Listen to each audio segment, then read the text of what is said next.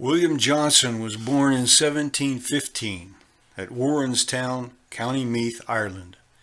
His father, Christopher, was a tenant miller of the Earl of Fingal. His mother, Anne Warren Johnson, was a daughter of the owner of a fine stone manor. Christopher had managed to marry above his station.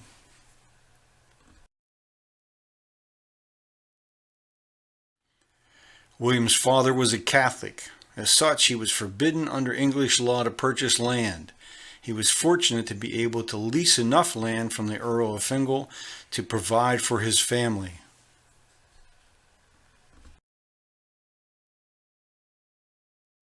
Young William Johnson realized at an early age that the only people who could stay in British Ireland and remain Catholics were peasants, priests, and martyrs. So he abandoned the Catholic religion and outwardly adopted the faith of the Church of England.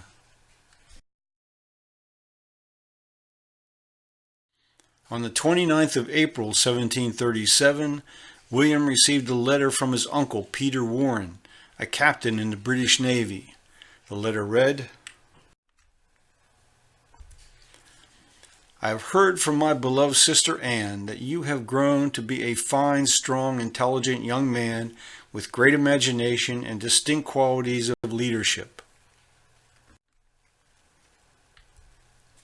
I am pleased to learn this, for it has become my lot to seek the services of just such an individual, to manage for me a bountiful section of land I have become possessor of in the valley of the River Mohawk here in America. This title encompasses an area of 14,000 acres of fine ground."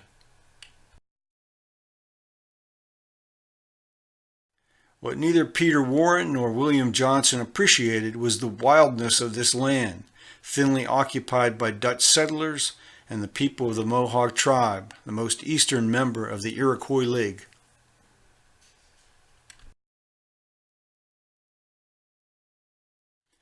William arrived in North America early in 1738 and made his way up the Hudson and Mohawk rivers. In Albany, he purchased a horse and continued to Schenectady, still a small village surrounded by farms. As he approached his uncle's land, he found steep hills and the traveling difficult. Rough cabins replaced farmhouses as he continued riding on.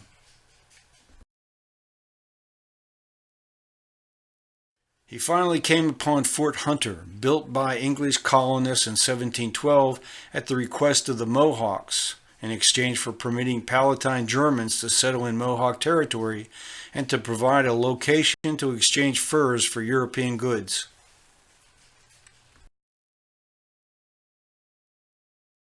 William set to work building a farmhouse, barns, stables, and barracks for servants and slaves. Soon, a store was built on the winding road leading from Fort Hunter to the east.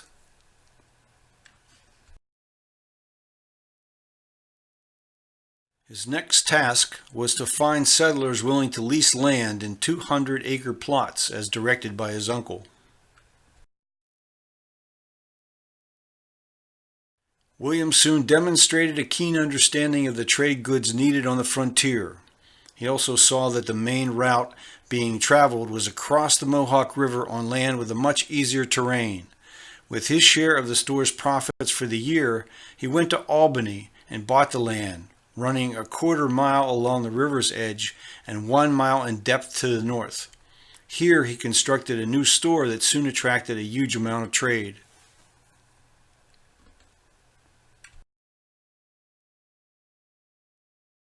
Business profits increasing, William then constructed this stone mansion completed in February of 1740 and named Mount Johnson.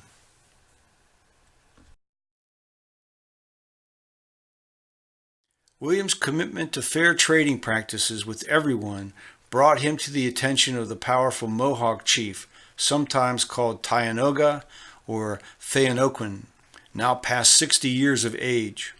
Tionoga was one of 4 Iroquois leaders who had made the trip to London in 1710 for an audience with Queen Anne. Historian Alan Eckert explains,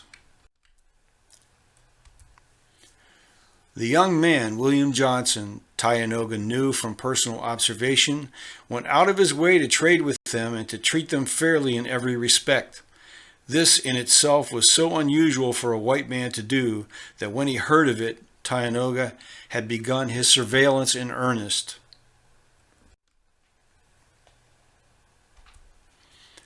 The Indians could scarcely believe what happened when William dealt with them.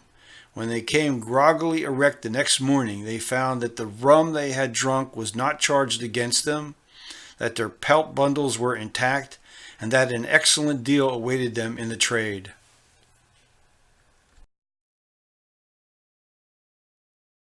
William learned to speak the Mohawk tongue and gained the trust of Tioga. The Mohawk needed a white champion for their interests, and they decided to adopt William Johnson into the tribe and into the Iroquois League. Johnson was given the name Waragiaga, the man who undertakes great things.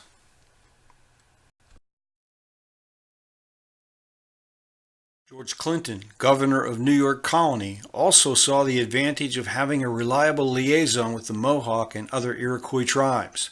Taking office in 1743, he appointed William to the post of Superintendent of Affairs of the Six Nations. He also appointed him a Justice of the Peace.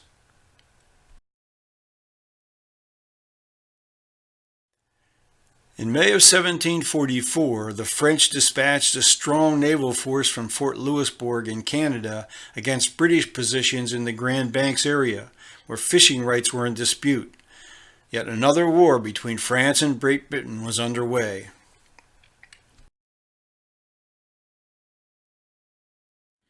In 1746, New York's Governor Clinton gave William the job of supplying the vital English garrison at Fort Oswego, constructed on Lake Ontario in 1727.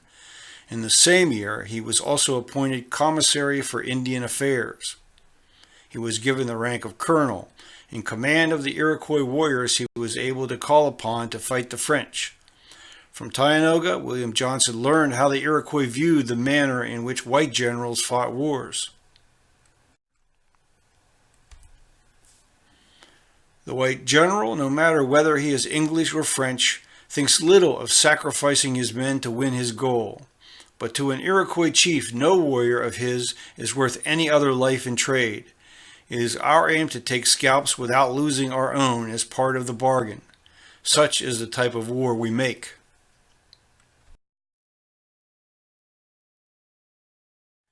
A tense peace returned in 1748 with the signing of the Treaty Aix-la-Chapelle.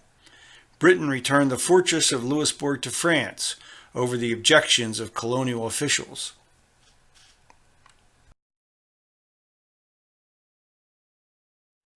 In his biography of William Johnson, James Thomas Flexner describes what everyone on the frontier felt was about to occur. Since the whites as a group were more concerned with money than glory, the return of peace would bring speculators crowding over Indian lands from which the soldiers had shuddered.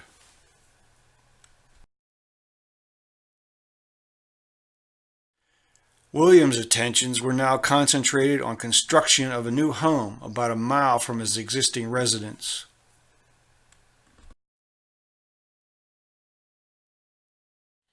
He sat for this portrait in 1750, painted by a well-known artist named John Wollaston.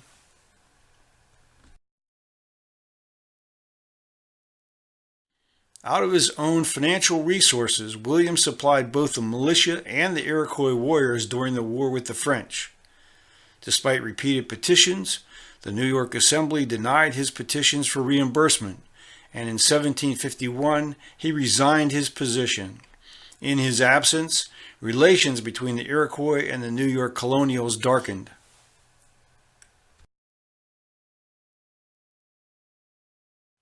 However, in November of 1751, William decided to take his seat in the provincial council at New York City.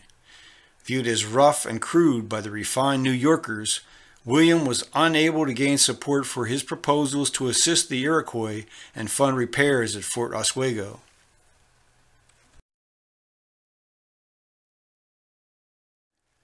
However, he was finally able to settle his financial dispute with the New York colony. As payment of all the debts the colony owed him, he was granted a tract of land on Onondaga Lake.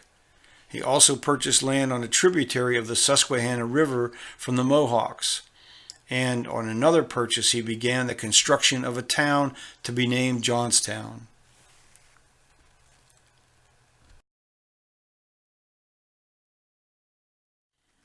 As tensions between the French and English intensified, the Board of Trade in London ordered the colonies to meet with the Iroquois representatives and work out a unified Indian policy.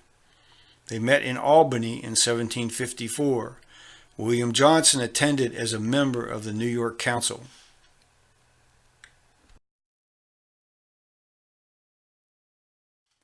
With the renewal of war, the governor of New York petitioned William to come back, promising to pay him all that was still owed to him by the colony. At the end of 1754, he wrote the governor that he would abandon his business in the fur trade and devote the rest of his life to public service.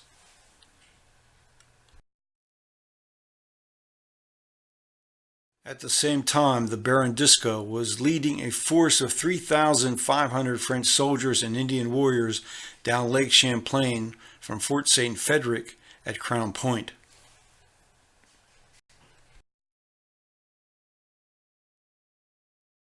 William responded, leading a force that fought off the French, capturing the French commander and preventing his execution by Iroquois warriors according to their practice. Afterward, William received a baronetcy from the king and a significant cash reward for his service.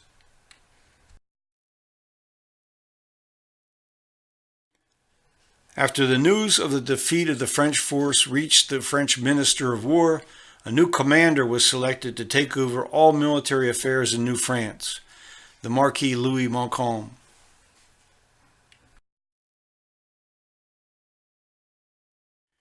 Britain's fortunes looked dire.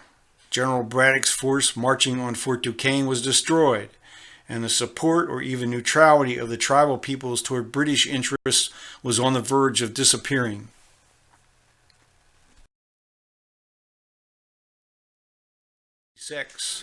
William was appointed sole agent and superintendent of Indians and their affairs, independent of any responsibility to answer to colonial governors.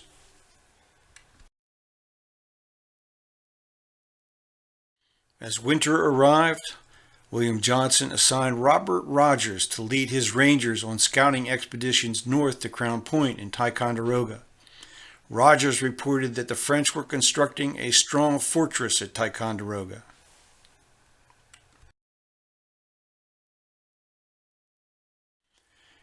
Britain's fortunes on the frontier finally began to change in 1759 with the siege of Fort Niagara. William Johnson was appointed second in command, leading a force of around 600 Indians. When the British commander was killed, William assumed command of the entire force and won an important victory. James Thomas Flexner describes the change of circumstances that resulted from Johnson's efforts. The conquest of Niagara was the greatest English military victory so far achieved on the American mainland during the French and Indian War, and its effects were incalculable. In New York City, the favorite toast was "Johnson forever."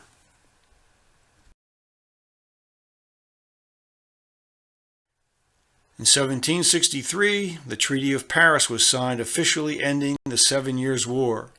France ceded to Britain all claims to territory in North America east of the Mississippi River.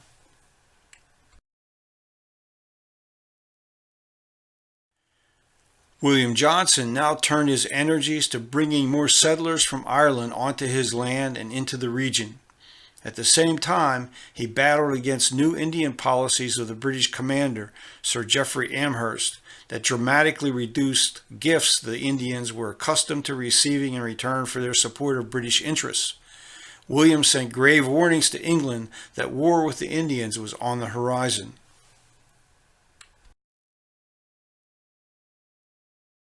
Fortunately, Amherst was recalled and command transferred to General Thomas Gage, who sought advice from William Johnson in response to the uprising of Indian forces led by the Ottawa chief Pontiac. At William's suggestion, a comprehensive plan for Indian policy was prepared by the Lords of Trade and sent to him in July 1764 for comment. The result is described by James Thomas Flexner. The two Indian superintendents, Sir William and the Southerner John Stuart, were to be responsible directly to the Crown, and to enhance their local power were to sit ex officio members on the provincial councils of all colonies abutting on the frontiers they ruled. The superintendents alone would be able to call Indian congresses, deal politically, determine war and peace.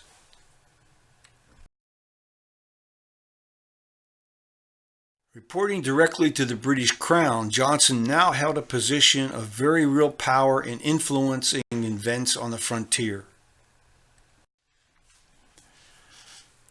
Sir William was certainly in his own generation, and probably in the whole history of Western expansion, the most able frontiersman.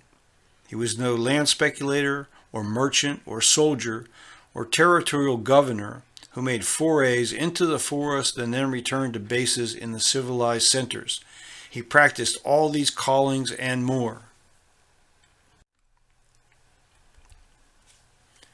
He determined imperial policy and shaped the continent, yet he lived his whole effective life in the wilderness and saw the world in forest terms.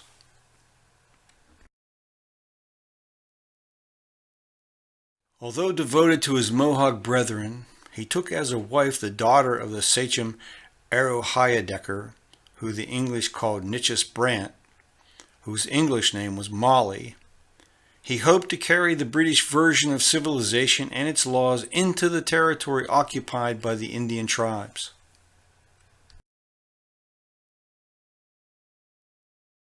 Settlers to William Johnson's expanding domain found peaceful relations with the Mohawk. Land already cleared for use as communal fields as they readied their own farms, seed and even horses supplied on easy terms, roads connecting them with the outside world, and several free schools. He also established an experimental farm to test new methods of production and different crops to determine whether they could be profitably cultivated.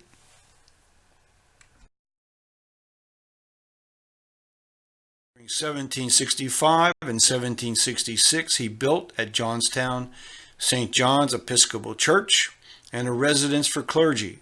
5 years later, the population had increased to such an extent that a new church had to be built, large enough to accommodate 1,000 members.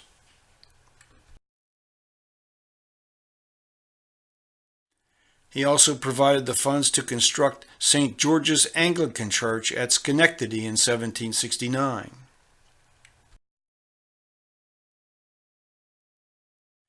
His new manor home, Johnson Hall, was simply appointed, designed to convey calm, light, and cheerfulness.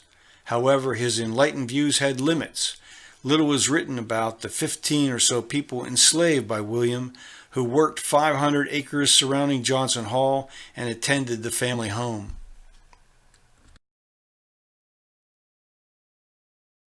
On another aspect of his character, James Thomas Flexner and other biographers describe in detail William's sexual exploits with many women during his life. How many children he fathered is undocumented, but could be in the hundreds. Molly Brant gave him 3 sons and 6 daughters.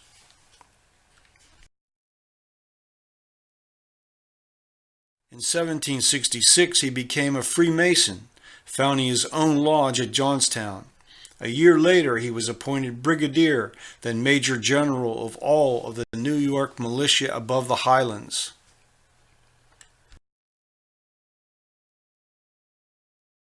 His last great accomplishment on behalf of the British Empire was to negotiate in 1768 with the Iroquois and other tribes the purchase of territory for settlement that is today a corner of northern Alabama, most of West Virginia, much of Tennessee, and all of Kentucky.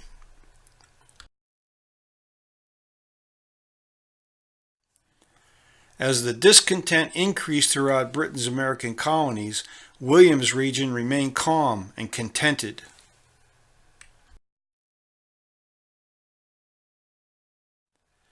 In January of 1774, he drew up his final will, in which he referred to Molly Brant as his housekeeper, and to the mother of his son, John, Catherine Weisenberg, as his beloved wife. He left contiguous tracts of land to each of his children, whether white or half Indian. He died before the new conflict between Britain and its American subjects erupted. His last moments are described by James Thomas Flexner. As scorning an interpreter, he addressed the sachems on July 11, 1774, in the arbor behind his house under the hot summer sun. He became apprehensive of the fit coming on from a sense of compression and tightness across the stomach. However, he continued to speak with all the spirit, activity, and energy of an Indian. He ordered pipes, tobacco, and some liquor for the Indians, and was then obliged to call for assistance to get to his room. He drank some wine and water, sat himself down in an elbow chair, reclined his head against the back of it, and expired without a groan.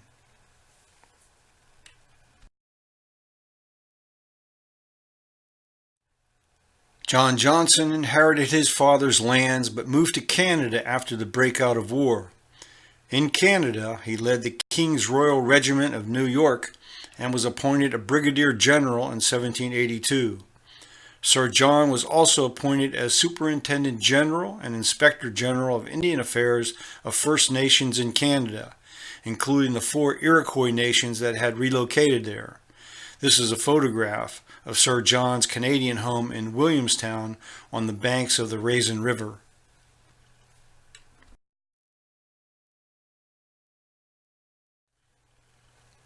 Thank you.